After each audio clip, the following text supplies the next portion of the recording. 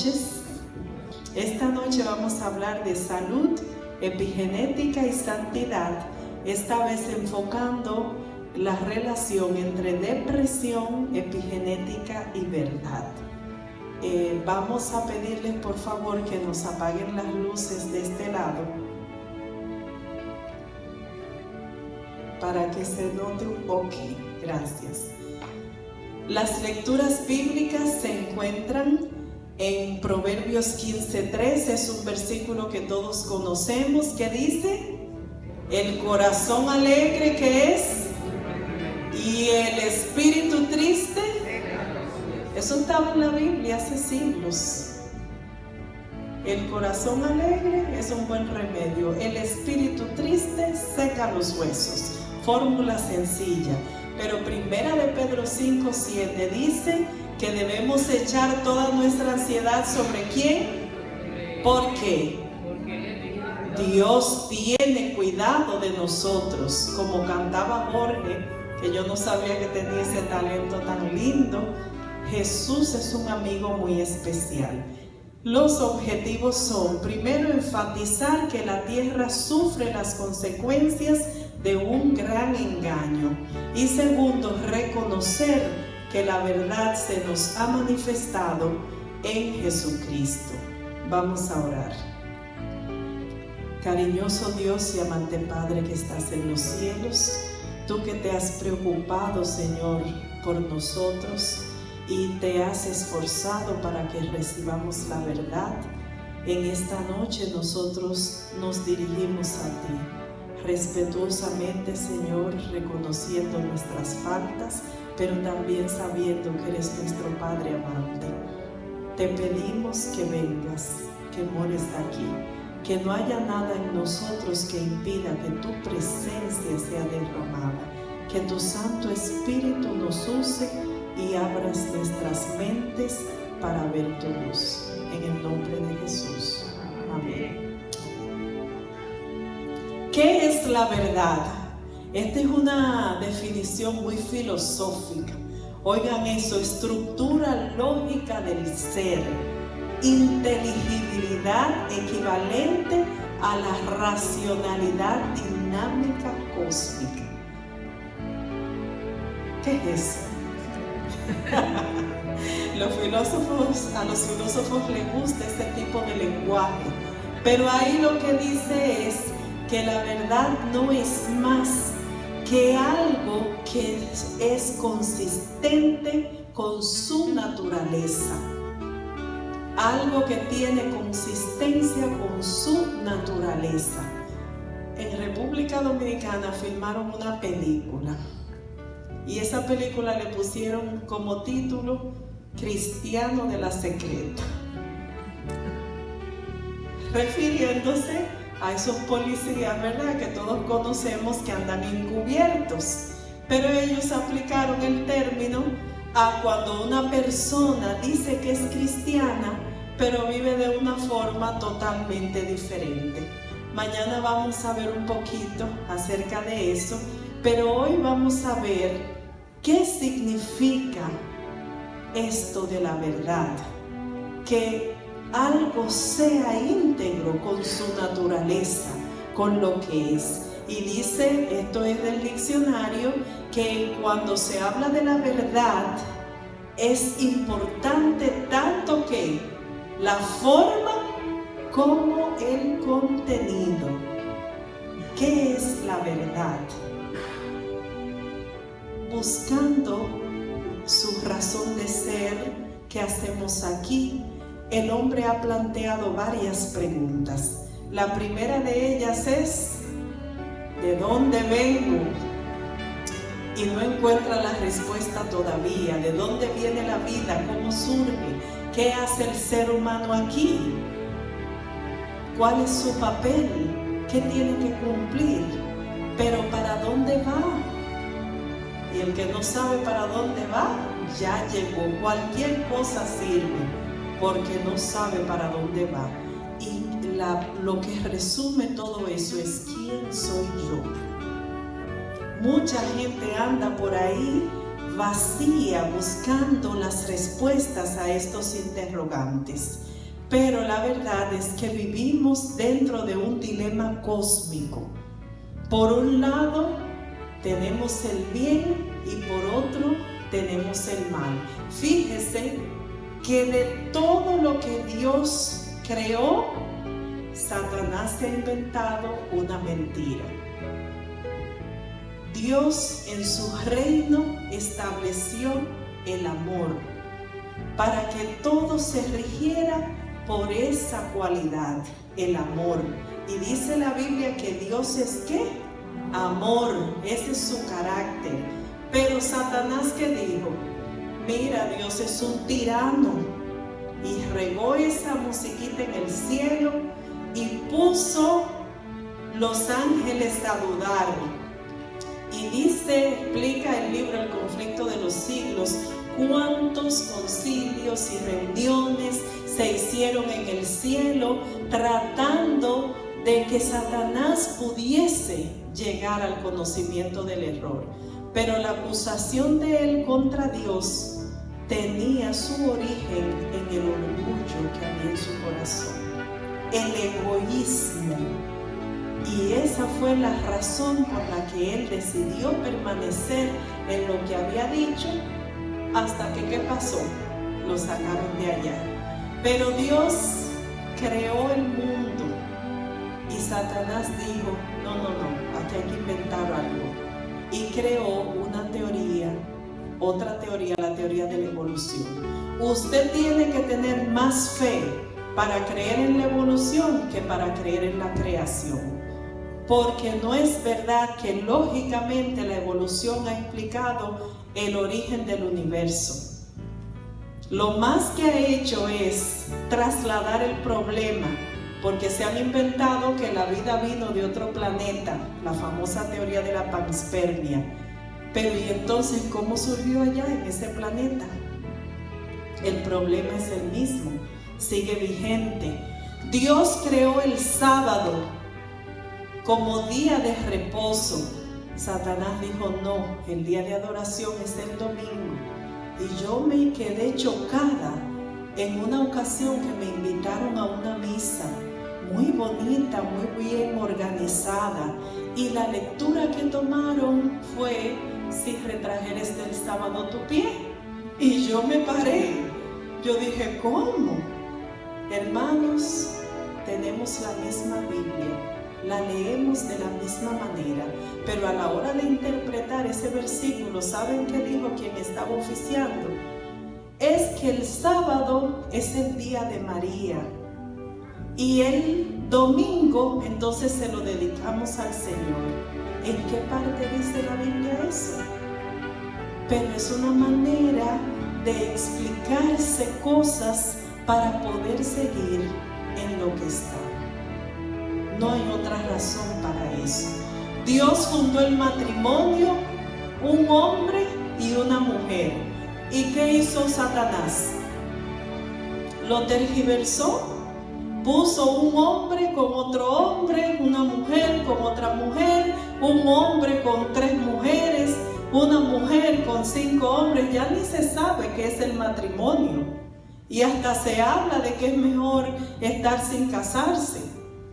Y usted ve la gente que dura 30 años juntos, pero no se quieren casar porque yo no quiero compromiso. Mi papá una vez tuvo que bautizar una pareja que dio mucha lata con eso. Estaban convencidos de todo, pero ninguno de los dos querían amarrarse. Y los dos pasaban de 60 años. Tenían como 40 años juntos. ¿Y qué es lo que esperan? Dice la Biblia que la paga del pecado, ¿qué es? Pero ¿qué le dijo Satanás a Adán y Eva? No te preocupes, muchacha. Tú no seas loca. Dios lo que te está es engañando. Porque tú no te vas a morir. Cómete eso, que eso no hace nada. Tú verás que no vas a morir. ¿Y se murió o no se murió? No se murió de una vez. Y todavía Satanás hoy usa esa estrategia. Usted cae en el gancho del pecado y no le pasa nada enseguida necesariamente. pero poco a poco va acumulando la cuenta. La salvación es ¿por quién? Por fe en Cristo, que te transforma, no al nivel de tu genética, sino al nivel de tu epigenética. La genética te va a ser transformada cuando Cristo regrese, en un abrir y cerrar de ojos. Pero tu epigenética es tocada por el Espíritu Santo.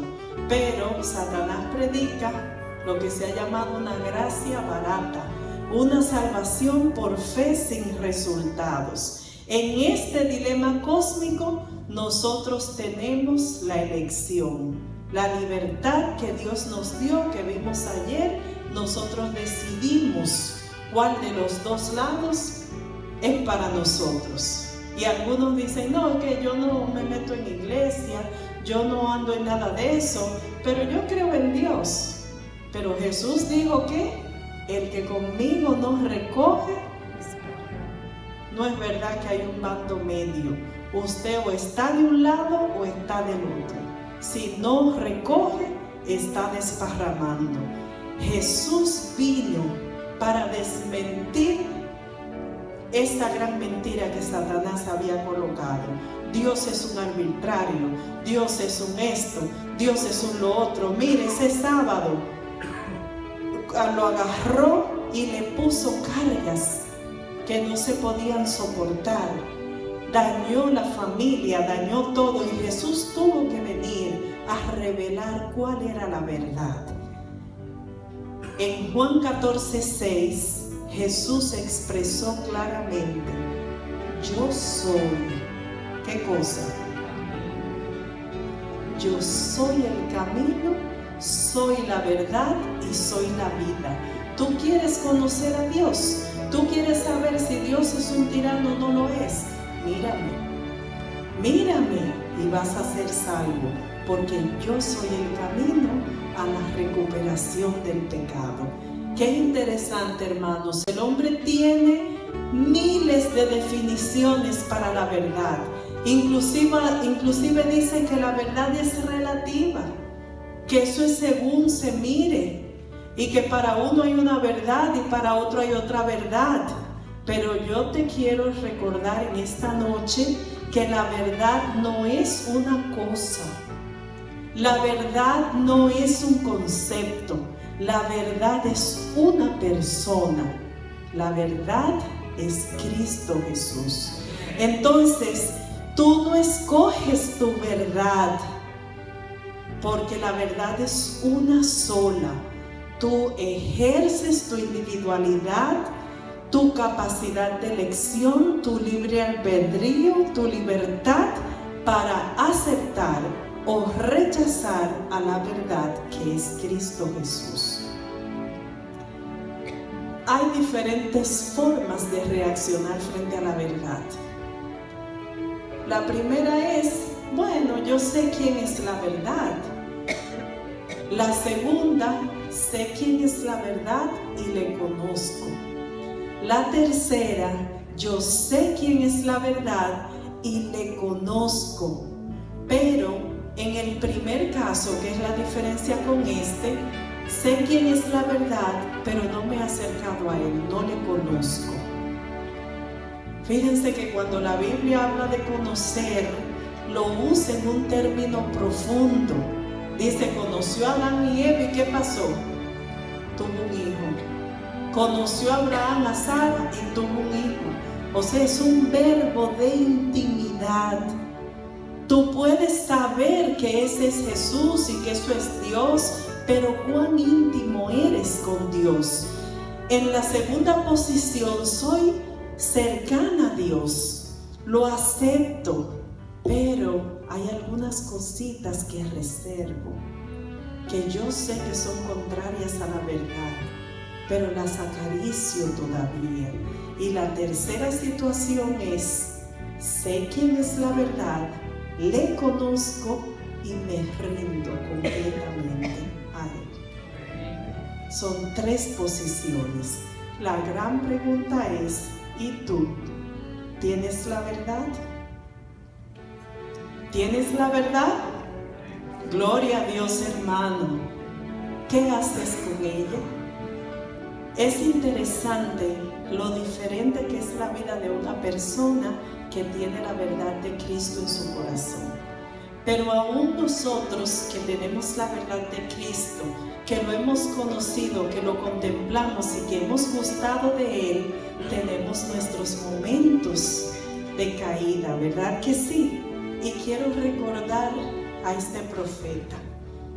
Este era un profeta tremendo, un hombre de una fe en Dios inconmovible.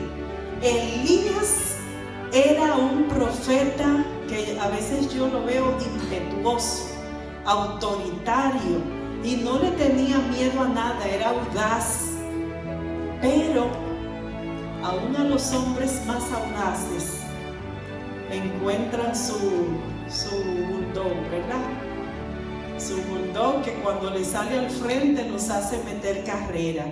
Y Elías, después de tener una gran victoria ante todo el pueblo por mano de Dios, se fue huyendo de una mujer muy malvada, que claramente estaba en el otro bando.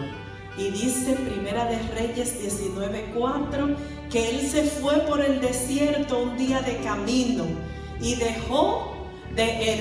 fue por el desierto después que dejó a su ayudante en un lado, y caminó, y cuando llegó a un enebro se sentó ahí debajo y deseaba que tenía deseos de muerte, y dijo: basta ya, oh Jehová. O sea, yo no estoy desconociendo que tú existes, yo sé que tú estás ahí, pero ya yo quiero que tú me quites la vida, ya yo cumplí mi misión. Mira, eso en el Monte Carmelo ya se resolvió el problema, se sabe claro quién es quién. Ahora quítame la vida porque yo no soy mejor que mis padres. ¿Y qué le pasó? ¿Qué le pasó? ¿Se murió? Vino el ángel, le dijo: mira, muchacho, párate de ahí, levántate, come, que tú lo que tienes hambre, come. Y él se levantó, comió, pero estaba tan cansado que se durmió y descansó. Y después el ángel le dijo: vuelve, levántate. Y entonces comió otro poco más y se le quitó. El deseo de muerte se le fue. Descansó, comió y se dio cuenta que todavía él tenía misión que cumplir, porque Dios es que sabe en manos de quién está nuestra vida. Dice Proverbios que más valen dos que uno, porque obtienen más fruto de su esfuerzo. Si uno se cae, ¿qué hace el otro? Lo levanta. Hay del que cae y no tiene quien lo levante. Si dos se acuestan juntos, entran en calor. Uno solo, ¿cómo se calienta?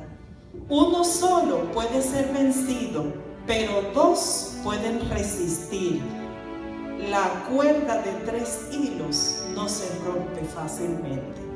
¿Cuáles son los 3 hilos de tu vida, hermano? ¿Quién es que te acompaña a ti? ¿Quién te levanta cuando estás caído?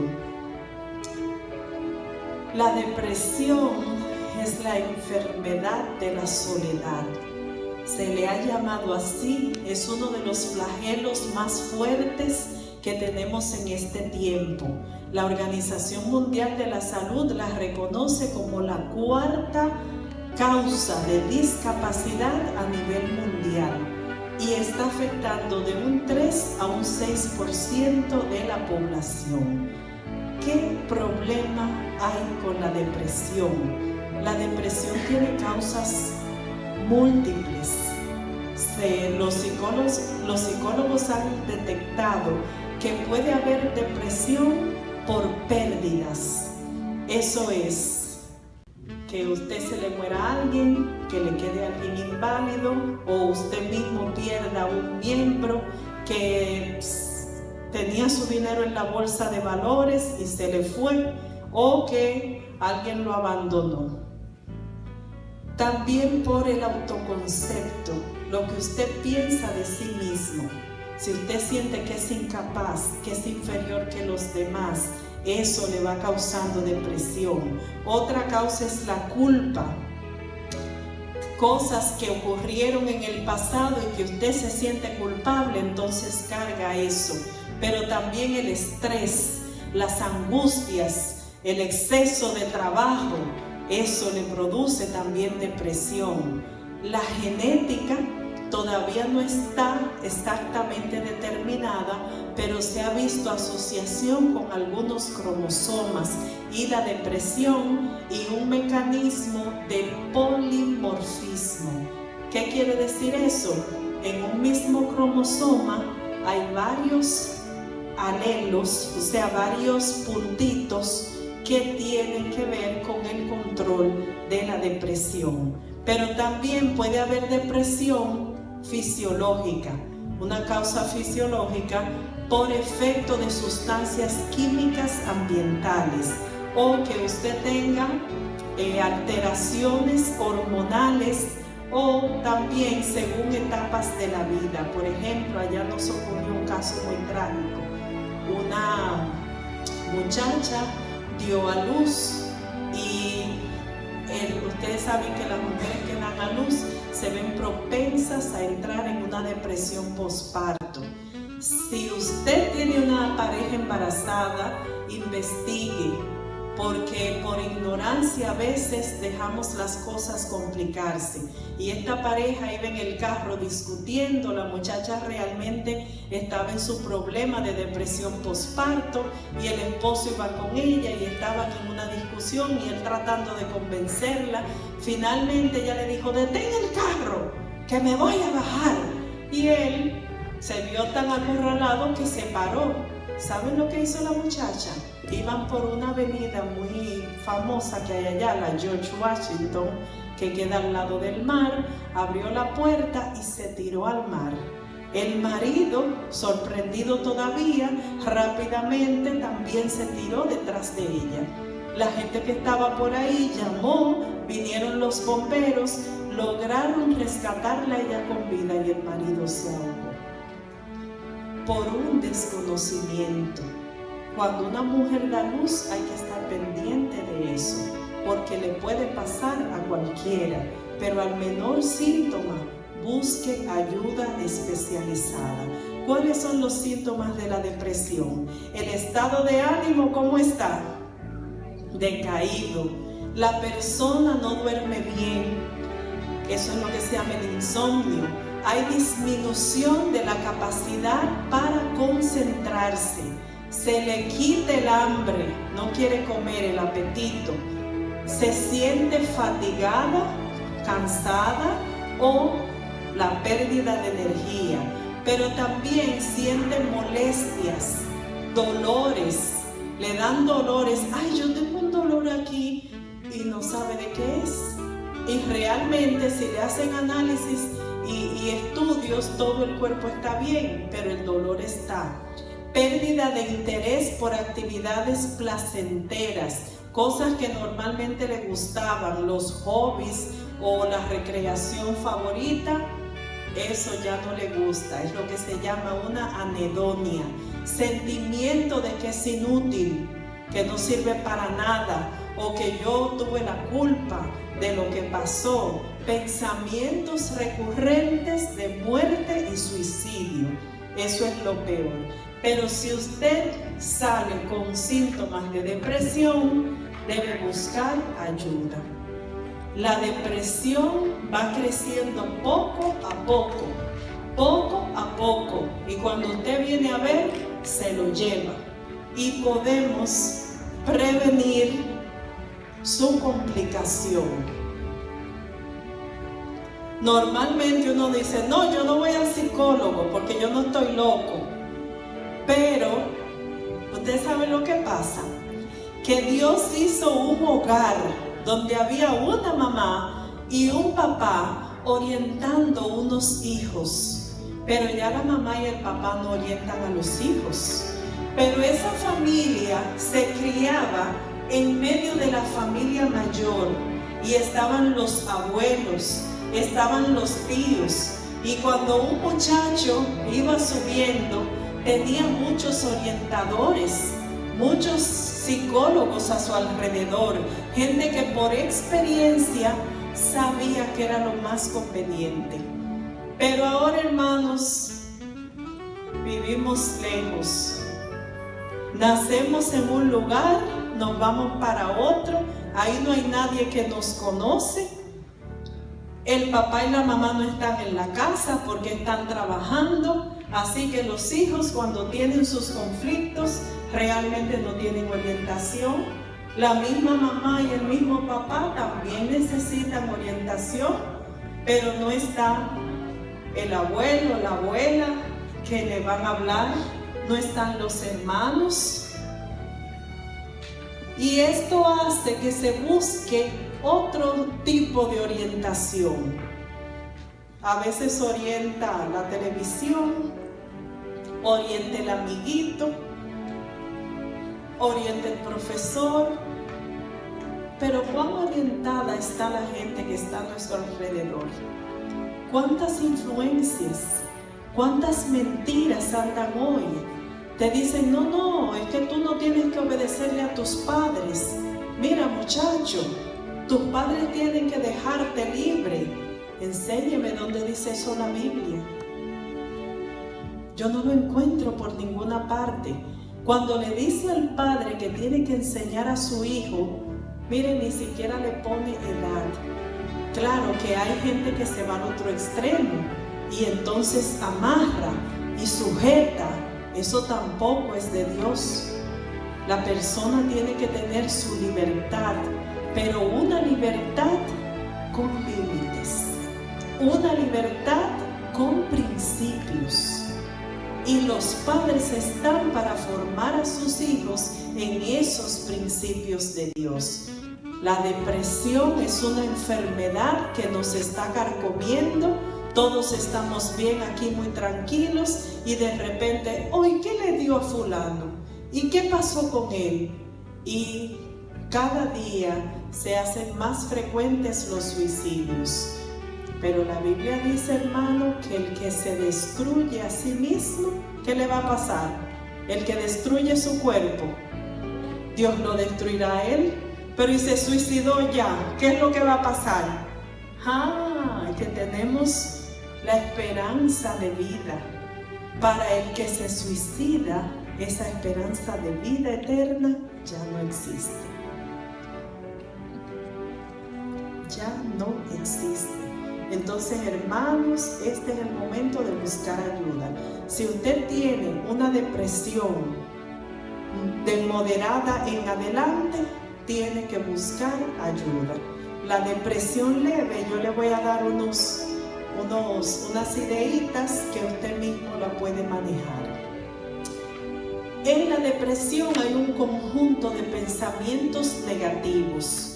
No están todos presentes en una persona, pero son pensamientos que condicionan todo lo demás. El primer tipo es el catastrofismo. Ay, aquí va a pasar algo malo. Ay, este edificio se va a caer. Ay, yo tengo un profesor allá que tenía que ir a Filipinas a hacer un doctorado. Y en la iglesia lo manda con la familia, porque no se puede tener la familia separada tanto tiempo. Y él decía, ¿usted se imagina ir a Filipinas? Son 3 días viajando. ¿Y qué yo voy a hacer si cuando estamos allá se muere la mamá de mi esposa? ¿Usted se imagina eso? Digo yo, hermano, ponga eso en las manos de Dios y váyase y aproveche su oportunidad y estudie. Usted no puede poner lo peor delante. Pero también hay gente que tiene un pensamiento polarizado. No, es que con fulano. Y si no es con fulano, no, señor, es con fulano. Otros son perfeccionistas y quieren que todo, no, es que el pastor no sabe, es que esto hay que hacerlo así. Hermanos, si hay 20.000 formas de matar un gato, dice un refrán. Hay muchas formas. La forma que da resultado es donde todos se unen para alcanzar la meta. Pero hay muchos métodos de hacer lo mismo. Hay personas que sobregeneralizan y siempre están diciendo, no, es que me fue mal. No, yo no pasé ese examen, es que yo soy bruta, yo no puedo coger eso. Eso es una sobregeneralización, porque el hecho que le fue mal en un momento no quiere decir que le va a seguir yendo mal. También está el problema de culpar, siempre culpando al otro. No, yo estoy bien, el otro es que tiene el problema. Eso es otro tipo de pensamiento problemático. Hay otro tipo que mis hijos se quejan, no, que tú crees que tú le lees el pensamiento a uno. La lectura del pensamiento, las madres siempre nos estamos anticipando y nos equivocamos. Nos equivocamos porque no tenemos esa capacidad de leer, pero estamos siempre atentos a lo que está pasando con nuestros hijos. La personalización, que usted cree que todo lo que está pasando es por usted. No, es de mí que están hablando. No, eso es por mí que lo están haciendo. Eso se llama personalización. Y la negación, que es que usted niega todo, no está pasando nada, aquí todo está bien, pero el problema se lo está llevando. La vida tiene esta relación. Vamos a ver. El primer cuadrito que está verde son los pensamientos. Los pensamientos producen sentimientos. Los sentimientos causan sensaciones y eso lleva a conductas. Pero el pensamiento también produce conductas. Hay una interrelación entre todo esto. Por ejemplo, un pensamiento negativo es que yo soy un inútil, nadie me quiere. Pero ese pensamiento no se queda ahí. Si se queda como un nido en su cabeza y usted mantiene eso, va a generar sentimientos de tristeza. Usted va a estar triste, sin motivación, pero también lo va a llevar a sentirse físicamente cansado. El cansancio que siente la persona depresiva es por esos sentimientos negativos. ¿Y qué hace? Se aísla. No es que yo no sirvo, no es que todo al otro le molesta lo que yo hago, porque lo que yo hago no sirve, así que yo mejor me quedo aquí. Y no quieren salir, no quieren hacer nada.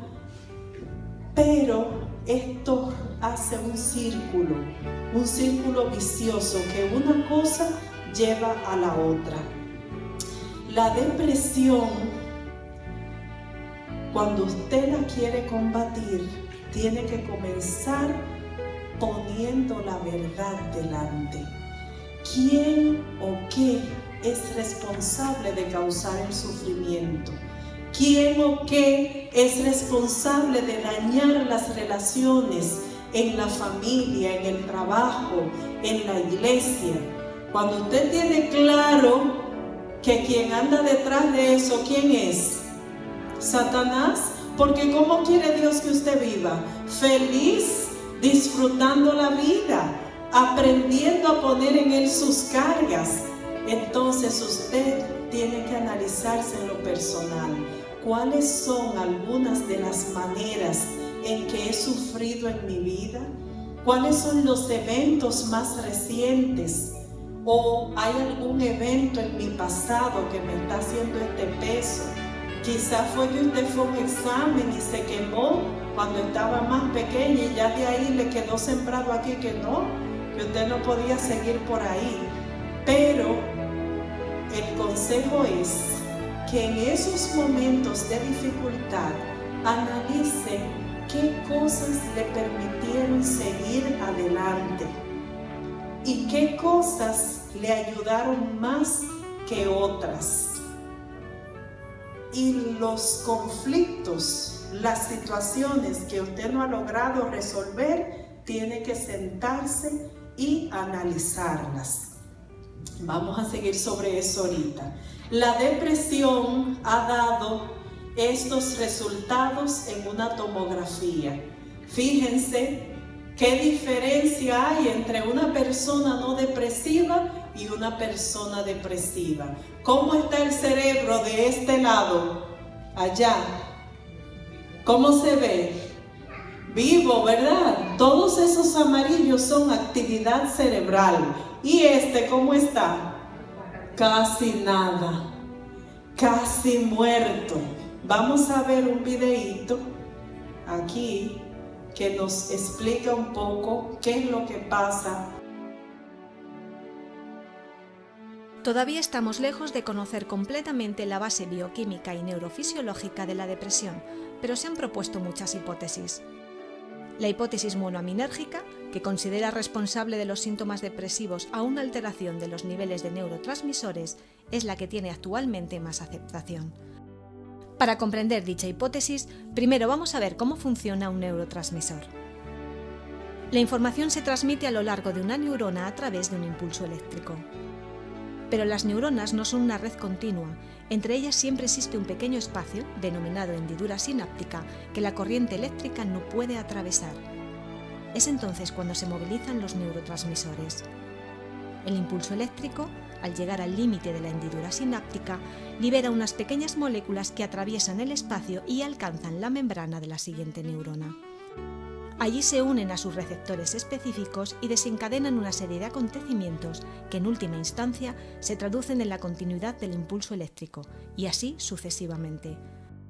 Una vez cumplida su misión, las moléculas de neurotransmisor son recaptadas por las neuronas para evitar que sigan estimulando los receptores e impidiendo la transmisión de señales posteriores.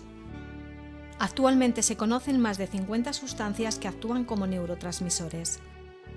La hipótesis monoaminérgica considera el desequilibrio entre 3 de estos neurotransmisores, 3 monoaminas, la serotonina, la noradrenalina y la dopamina, responsable de la depresión. Por tanto, aunque no son las únicas, vamos a centrarnos en estas 3 sustancias.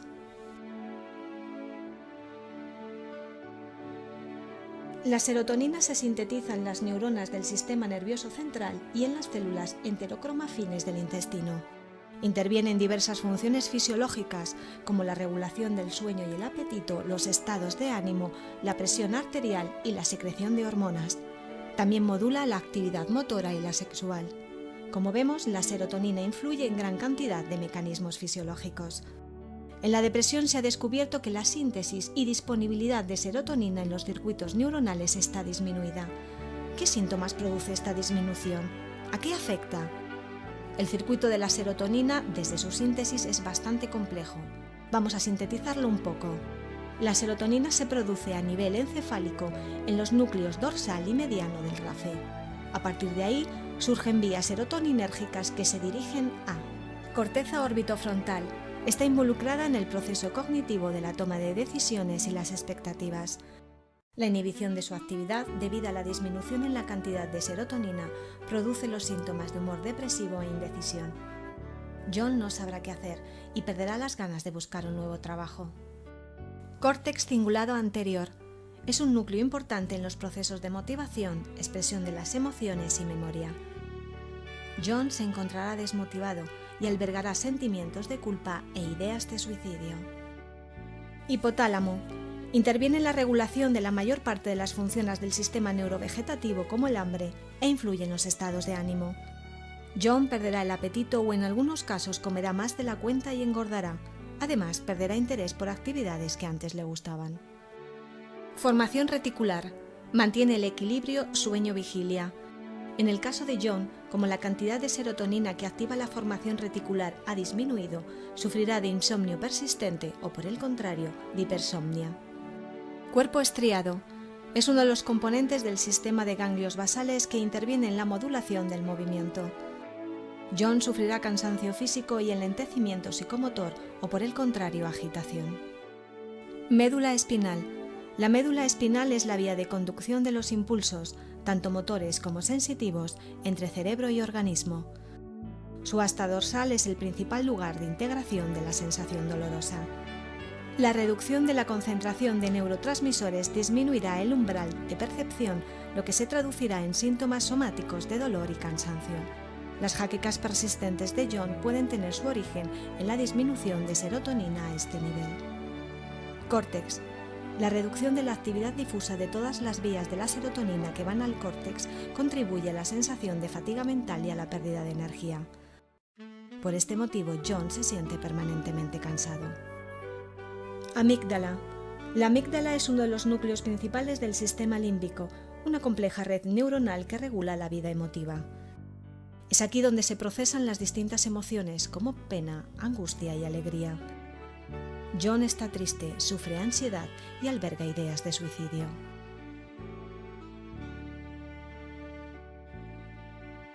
La noradrenalina es otro de los neurotransmisores con más importancia en la génesis de la depresión. Al igual que la serotonina, su producción se encuentra disminuida. Muchas de sus funciones son comunes a las de la serotonina, como regulación del sueño y el hambre, estado de ánimo, instinto y motivación, secreción hormonal y modulación del movimiento. Es el neurotransmisor más común y la masa más densa de neuronas noradrenérgicas, productoras de noradrenalina, se encuentra en el locus ceruleus, situado en el tronco cerebral. Estas neuronas noradrenérgicas inervan prácticamente las mismas regiones cerebrales que las serotoninérgicas: córtex orbitofrontal, cingulado anterior, hipotálamo, médula espinal, corteza y amígdala. La reducción de noradrenalina recrudecerá los síntomas del déficit de serotonina: insomnio, falta de apetito, alteraciones motoras, ideas suicidas. Además, desde el locus ceruleus surgen proyecciones a las siguientes regiones cerebrales. Cerebelo. El cerebelo controla el flujo de información entre corteza y aparato locomotor. Si su actividad está disminuida, los impulsos motores se alterarán y John sufrirá agitación o enlentecimiento psicomotor. Córtex prefrontal dorsolateral. Regula la atención y la función ejecutiva. John se distraerá con facilidad y no sabrá qué hacer.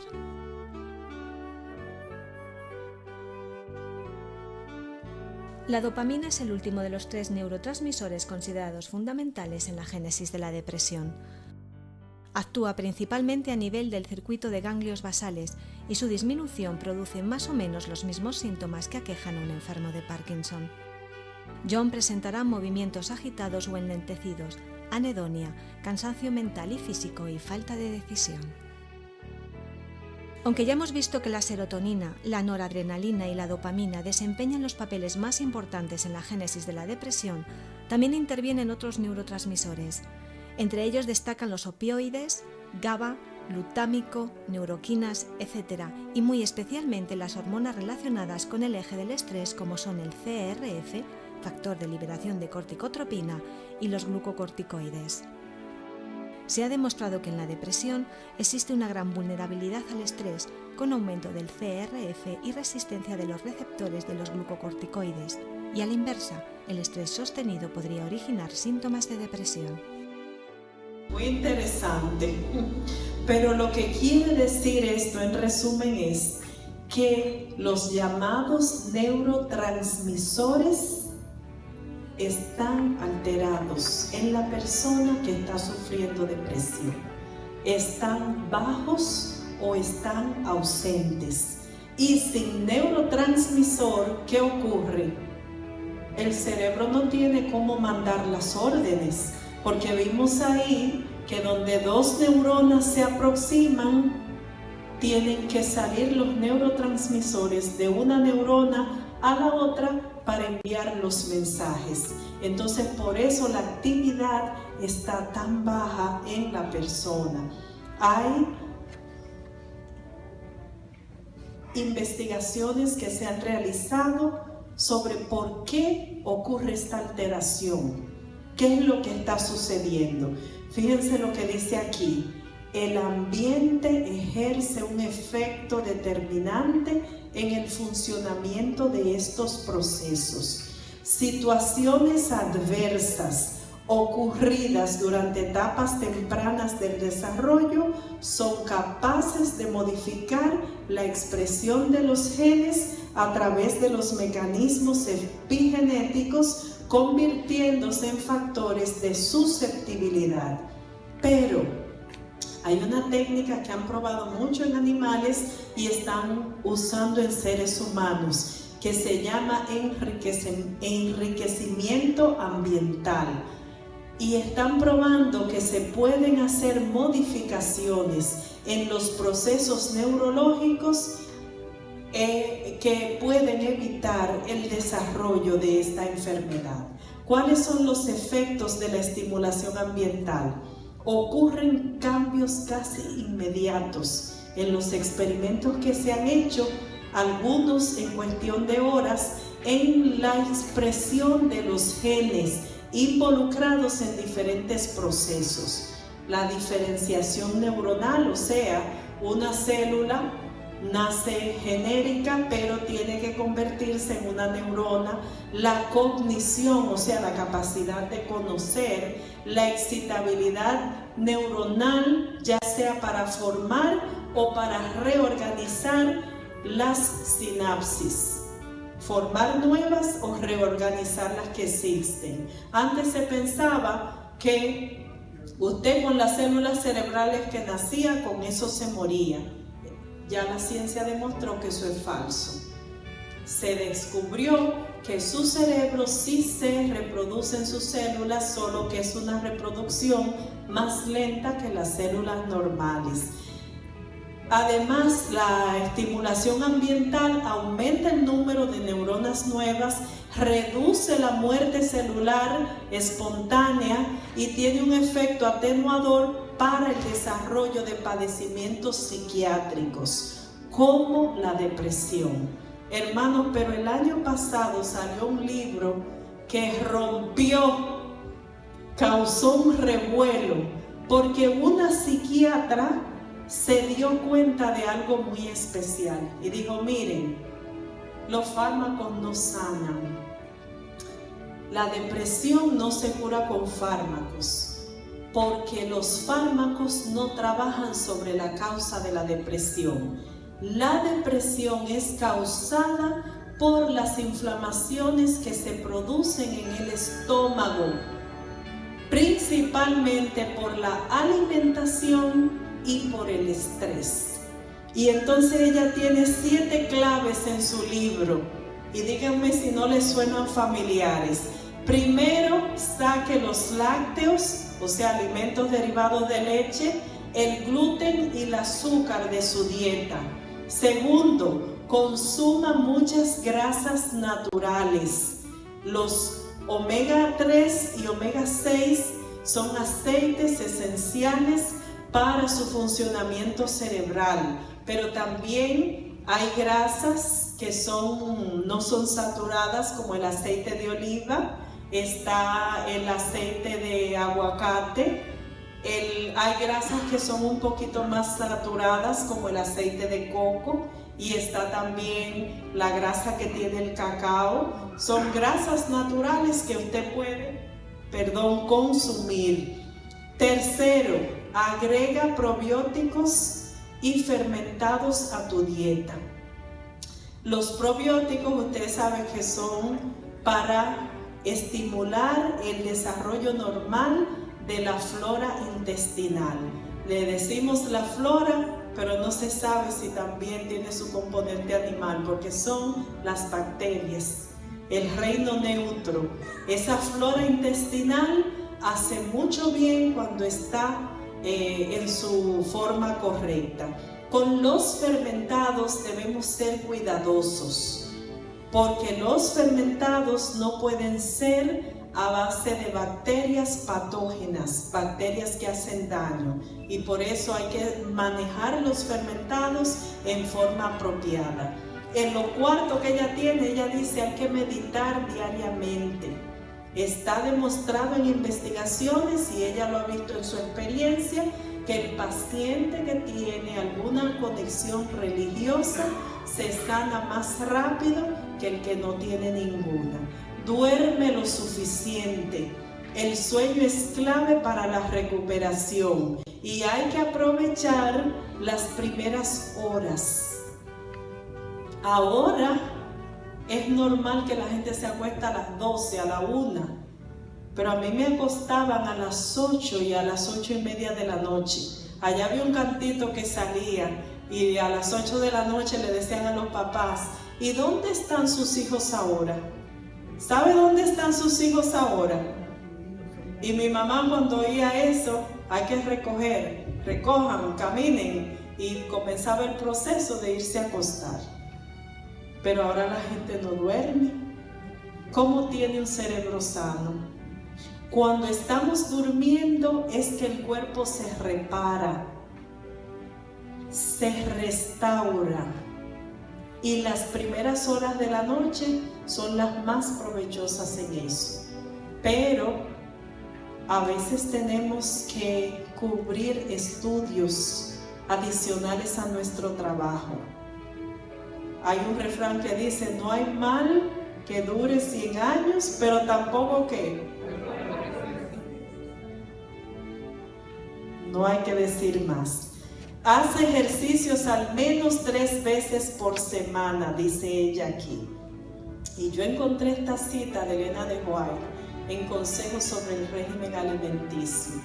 Dice: qué lástima es que a menudo, cuando debe ejercerse gran restricción propia, el estómago es llenado con una masa de alimento como perjudicial, que queda allí para descomponerse. Yo leí un artículo que hablaba de 2 grandes actores de la televisión famosos, John Wayne y el otro, no recuerdo el nombre, pero también hizo muchas películas famosas. Y dice que cuando murieron, que le hicieron su limpieza, encontraron mucha carne podrida en su intestino. Dice: la perturbación del estómago afecta el cerebro. El que come en forma imprudente no se da cuenta de que se está descalificando para dar consejos sabios y para trazar planes para el mejor progreso de la obra de Dios. Pero esto es así. No puede discernir las cosas espirituales, y en las reuniones de consejo, cuando tiene que decir sí y amén, dice que no. Hace proposiciones muy desatinadas. El alimento que ha comido ha entorpecido su capacidad cerebral. Y dice ella en manuscrito 93, pero la cita está en el mismo libro, dice: la complacencia excesiva para consigo mismo le impide a la gente humano dar testimonio ¿de qué? De la verdad. La gratitud que ofrecemos a Dios por sus bendiciones resulta grandemente afectada por los alimentos colocados en el estómago. La complacencia del apetito, comer lo que usted quiere, es causa de ¿qué? Disensión, lucha, discordia y muchos otros males. Se pronuncian palabras impacientes, se realizan actos de falta de bondad, se siguen prácticas deshonestas y se manifiesta pasión, y todo porque los nervios del cerebro están enfermos por el abuso cometido con el estómago. Tenía que venir una psiquiatra a decir eso. Tenía que venir una psiquiatra a encontrar que el problema grande que tiene la humanidad ahora es el yo hago lo que me da la gana. Yo como lo que me da la gana y nadie tiene que decirme lo que yo tengo que comer. Claro, nadie se lo tiene que decir, porque usted mismo debe estar interesado por eso. Cargamos una epigenética fuerte por toda la cultura que hemos tenido, las costumbres que hemos recibido, pero eso no quiere decir que siempre tenga que ser de esa manera. Y dice una cita aquí: los hermanos yerran, se equivocan, cuando tientan al pastor con alimentos malsanos. De esta manera se han perdido talentos preciosos para la causa de Dios. muchos, aunque viven, se ven privados de la mitad del vigor y la fuerza de sus facultades.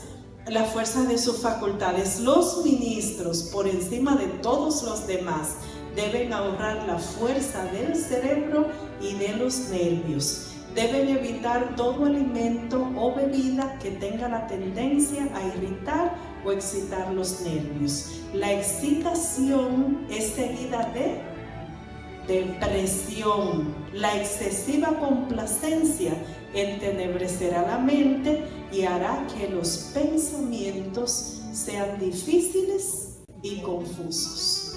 ¿De dónde viene entonces la depresión? Usted come lo que quiera, usa mal su libertad, no da testimonio de la verdad que ha recibido y entonces su estómago se inflama. Cuando el estómago se inflama, le manda una señal al cerebro y el cerebro baja la producción de los neurotransmisores.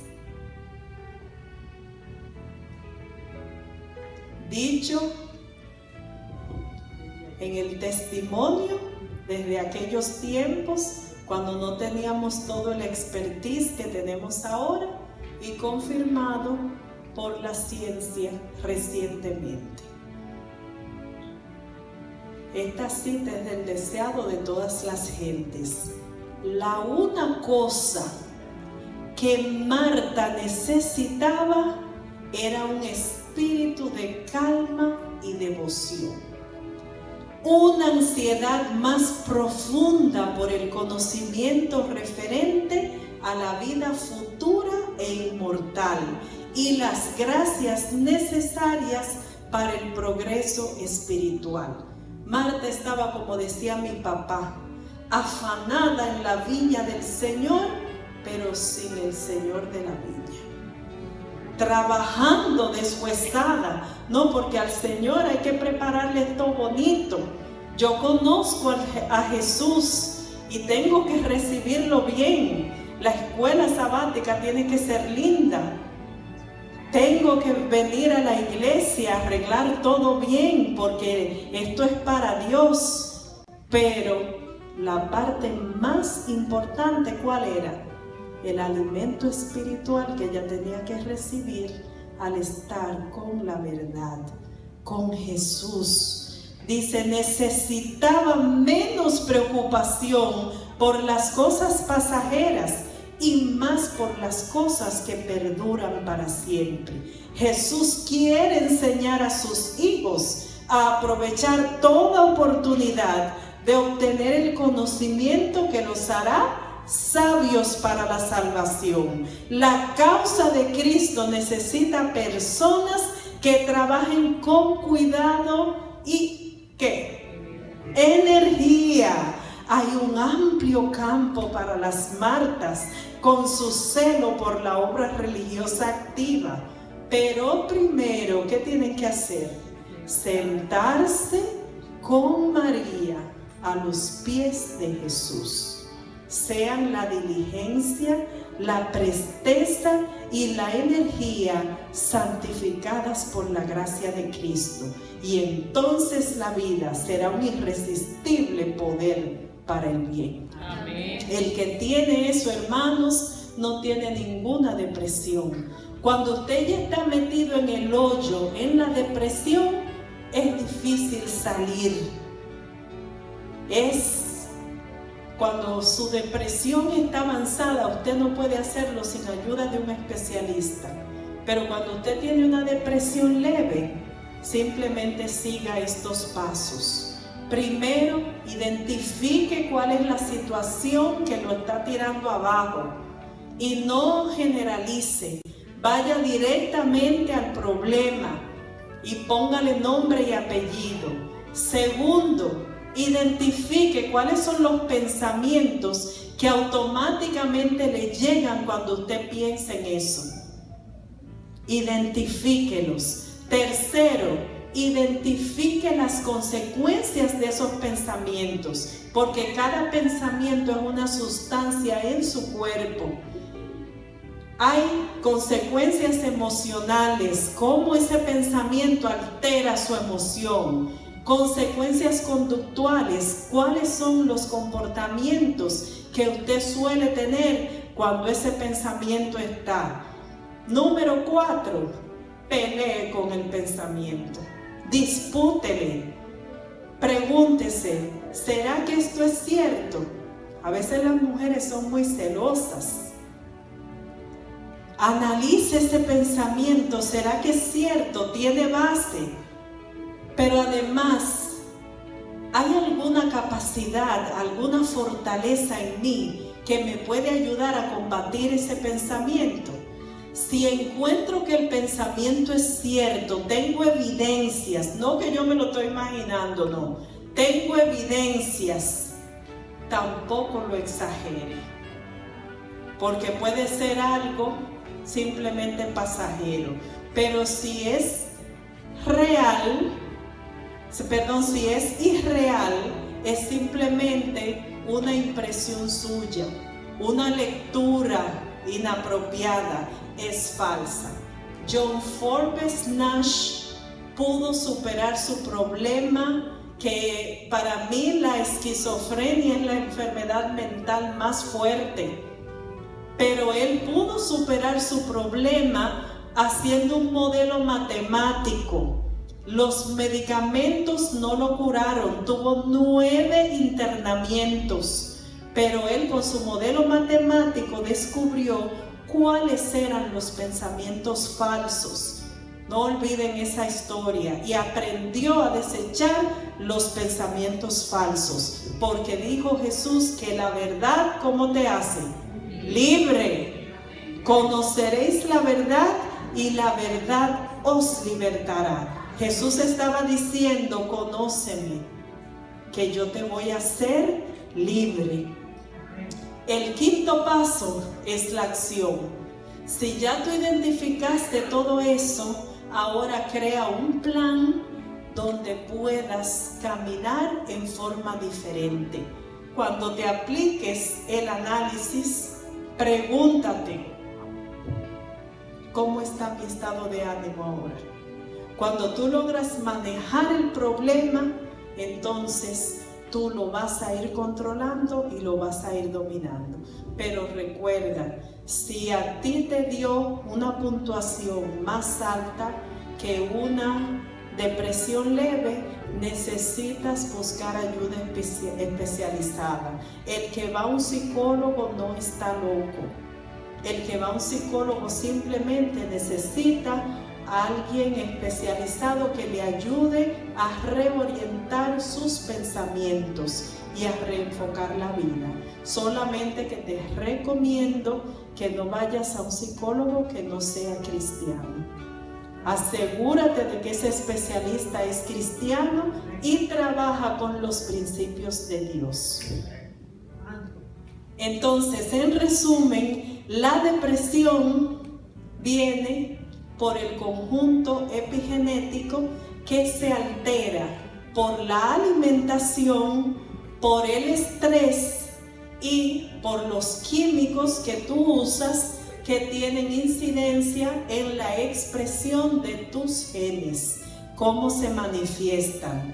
Pero que si tú tienes la verdad, que es ¿quién? Cristo Jesús, entonces tu vida camina por una ruta diferente, porque al ser amiga, al ser amigo de Jesús, al contemplarle cada día y encontrar placer en Él, Jesús te liberta y Jesús te permite vivir bajo sus normas, que son normas que buscan que tú tengas salud y que tu alma prospere, que espiritualmente, materialmente y físicamente tú seas un ser humano pleno, desarrollado y feliz, no importa cuál sean las circunstancias. Y yo quiero preguntarte, hermano, ¿de qué lado tú estás? ¿Es Jesús tu verdad o tú eres de los que están desparramando?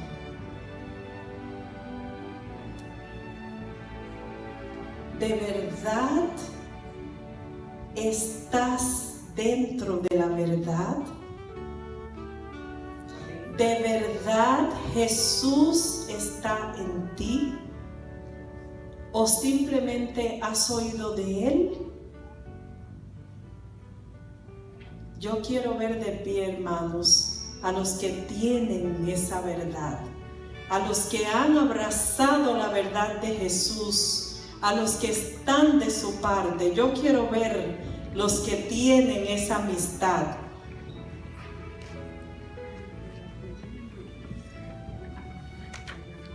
Y para nosotros todos es esta cita con la que quiero terminar.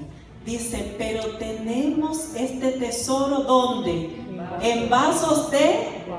Porque somos seres humanos, desguañangados, con una naturaleza mala, inestable.